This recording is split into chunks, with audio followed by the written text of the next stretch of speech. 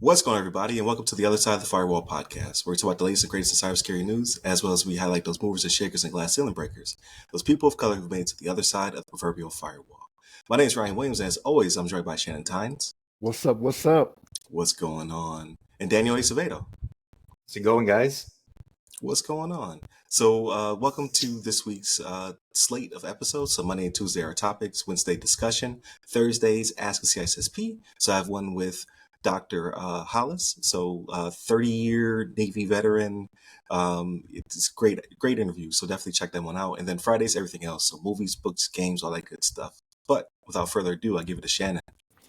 All right, everybody. So this article comes from nextgov.com, and the title of this, written by, Natalie Alms. Got to give Natalie her credit.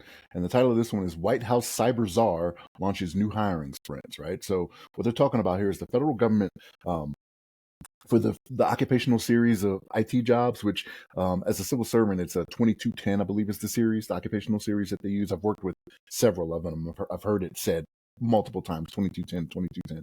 But what they're doing is a hiring sprint, right? So right now they recognize what is going on in the world, right? So the numbers vary about how many cyber jobs are actually out there. I mean, I've heard 1 million. I heard somebody say to me one time 2 million. I was like, that seems a little high, right? But in the article they referenced 470,000, which seems about right? So what they're doing is to wrap up the fiscal year, right? Which the fiscal year in September 30th for the government. What they're trying to do is they're trying to they opened up 3,000 positions and they're trying to get people in there, right? So again, they recognize what's going on in the world, right? They recognize that in this ever-changing technology field, cybersecurity is something that is becoming very much a need, right? So the White House Cyber Office, they released a workforce-specific strategy last year, right? Because we've talked about this current administration and how they've had a focus on it. Not to say it hasn't been the case. There hasn't been some focus on IT and cyber in administrations past, but in this one, they are putting a lot of money, like billions in the B's,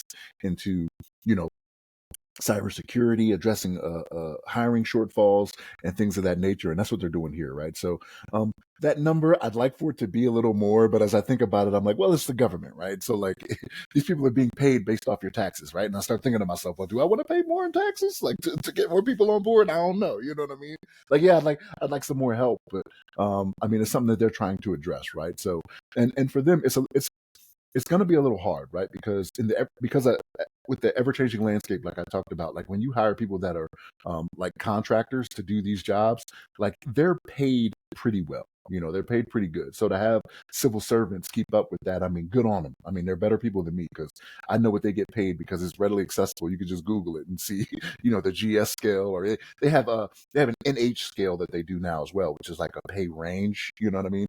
But yeah, if you look at it, you're like, ooh, like you're doing what I do for that much? Like, okay, I mean, good on you. You're a patriot. You know what I mean? You're a patriot. I'm a consumer of this world, so I need a little bit more money. You know what I'm saying?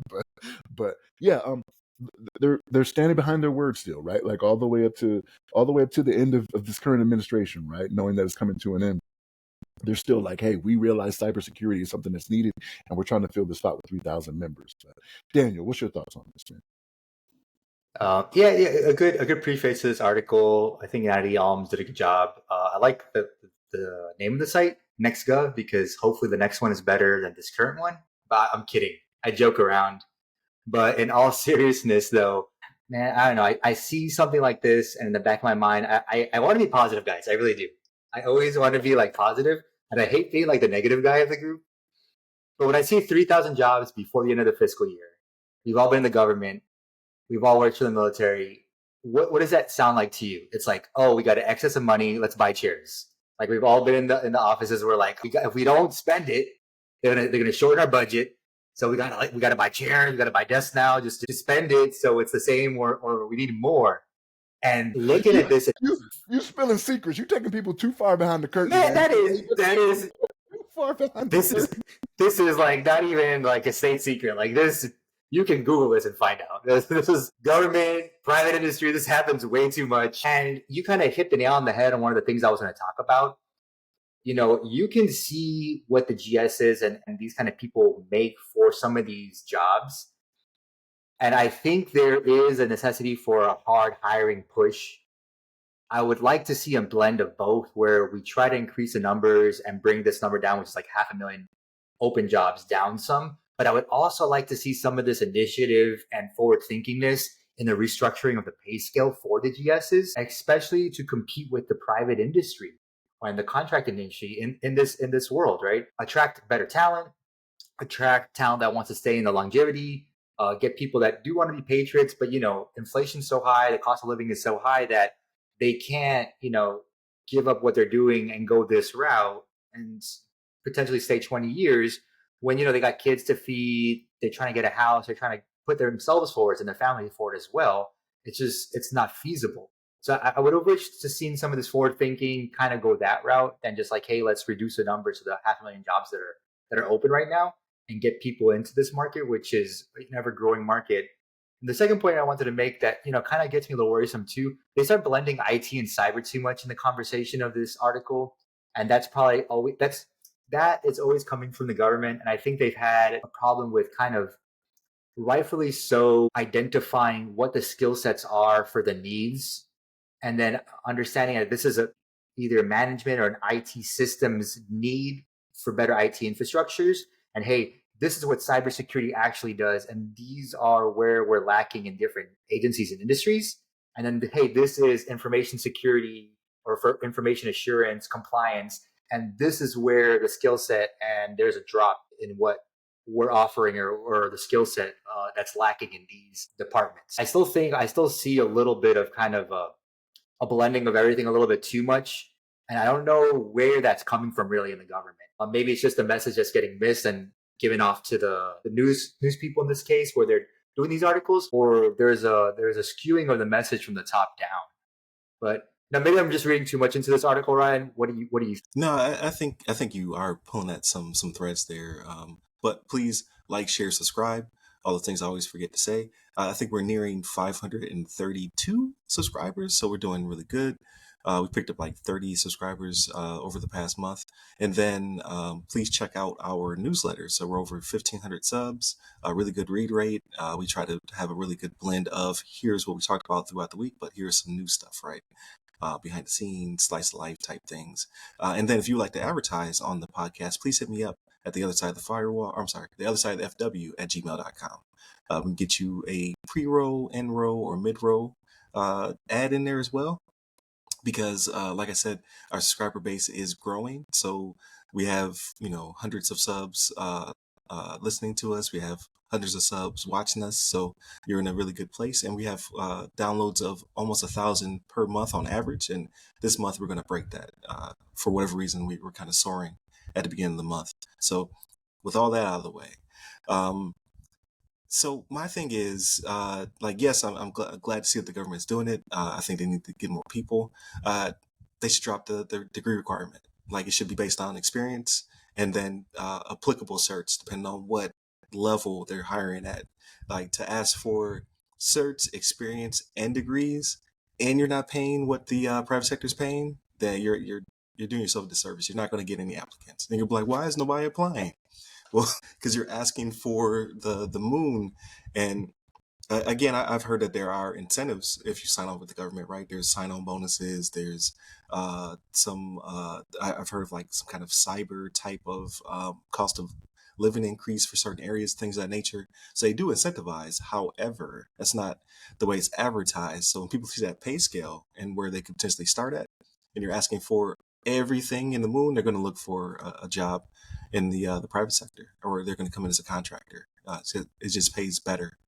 So I think they're doing themselves a disservice by asking for so much for every single position. Like the degree thing, if necessary, should be tied to specific titles or roles, and then from there, like, do they need all of the certs because they have the degree, and vice versa? Do they need the degree if they have all these certs? Like, how much experience do they have? If you're trying to use the military pipeline to draw people in, then you're getting lots of experience. So do they necessarily need all of the other stuff to go along with it? So I just think they need to think it through a little bit more if they are trying to fill the roles. Like they're saying it's a sprint, but you're kind of hampering everybody out of the gate. So that's just my 2 cents. So the cybersecurity bump thing, I haven't heard that. I know they do it for like the area that you live in. Like you'll get a different like cost of living. I don't want to call it COLA, right? Because they're they're not military, but you Right. get a different cost of living bump, right? Depending on the area you live in. But yeah, if they're doing that for cyber, I mean that's a step in the right direction. I know with that NH scale, they don't exactly put it to where step one, step two, all the way through 10 or Right. whatever it goes to in the GS, but Yeah. they have a pay band is what they call it, right? So like Yeah. in this band, depending on what you have, this is where you can go up to. And honestly, I haven't looked at it to see you know, if you're an NH, 4, it's this much more than what it used to be for the GS scale. But I know like for Right. some of the people that are doing like the job that I'm doing as an ISO, like they're like GS 12 step 3, and I'm like, oh man, like okay, Yeah. you're leaving a little bit on the table, you know what I mean? But Right. again, they're But doing it's not flat throughout all the agencies, which is weird. But there are cyber incentive pays for IT and cyber. You'll see for some of the positions, depending location, and for some of the agencies, but it's not throughout the whole DoD. so Because I've known people that go ahead. go ahead, go ahead. I've known people that I worked with alongside that were GSs, and they were trying to convince me to go in through that agency, and they would say, this is the pay, but you also get this, and one of the things they would allude to is also you get the cyber IT incentive pay on top of that. But it was more for overseas, and you would see it stateside, which was weird too.